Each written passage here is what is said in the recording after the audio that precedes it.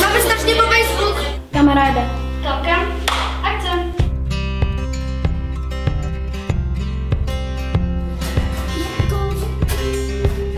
Já si tady píšu, jaká to znám, z toho, co říkáme. Se na něj díval.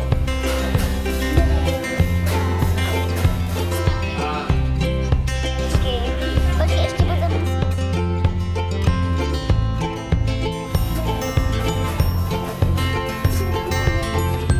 Já jsem Ondřej.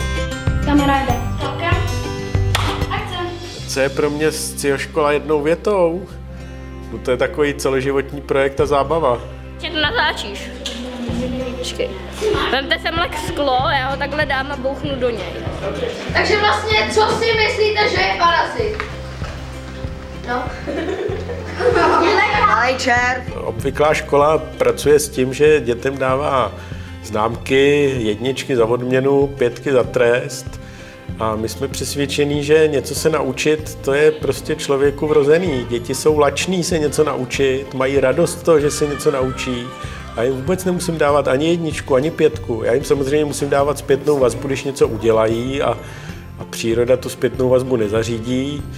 Ideální je, když se děti učí stavět z kostiček věž, tak nepotřebují žádnou známku, nic. Ta věž prostě jí postaví a ona buď spadne, nebo nespadne a oni postaví příště ještě větší a ona nespadne, no tak mají z toho skvělý pocit a nemusí vůbec od někoho dostávat ani jedničky, ani 5. Počkej, dělej to dělají. A to nedělají holky. Tak, akce!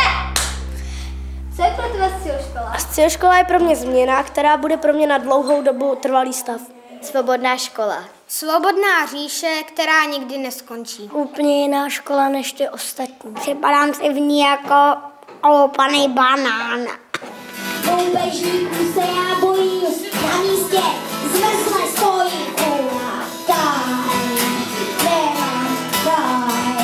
Bože na mě vytasili, smrtí hroznou porozili, kula. Strčili mě do chlípku, nedali mi pojít, kula. Scioškola je pro mě škola, do které se vždycky těším.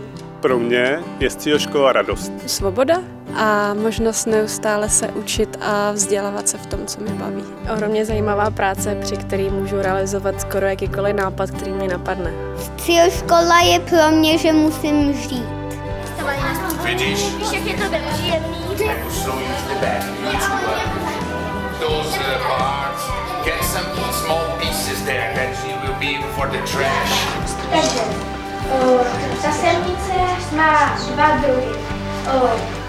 Ta semnice bezbranou a ta semnice dlouhočlennou. Naše škola má heslo Změna je pro nás trvalý stav. Tak po nás nemůžete chtít, aby jsme měli ty hranice nějak jako předem daný. To neznamená, že nemáme žádné hranice, ale že jsme si to předem úplně neřekli, hranice jsou tady a nic se s tím nikdy nebude dělat. Se může ukázat, že se to má posunout doleva, doprava, nahoru, dolů a když to bude potřeba, tak my to posuneme. Akce! Co je pro vás Scioškola? Scioškola je pro mě svobodné bludiště na konci s hádankou. Scioškola pro mě znamená radostné spoluobjavování života. Radost z toho, že pracujeme se samostatně myslícíma dětma. Místo, kde lidi jdou do věcí naplno a s odvahou. Objevujeme reálný svět a nejenom ten zprostředkovaný učebnicemi. Myslím si, že je skvělý pracovat s lidmi, kteří mají hodně společného, a tím myslím průvodce, děti i rodiče.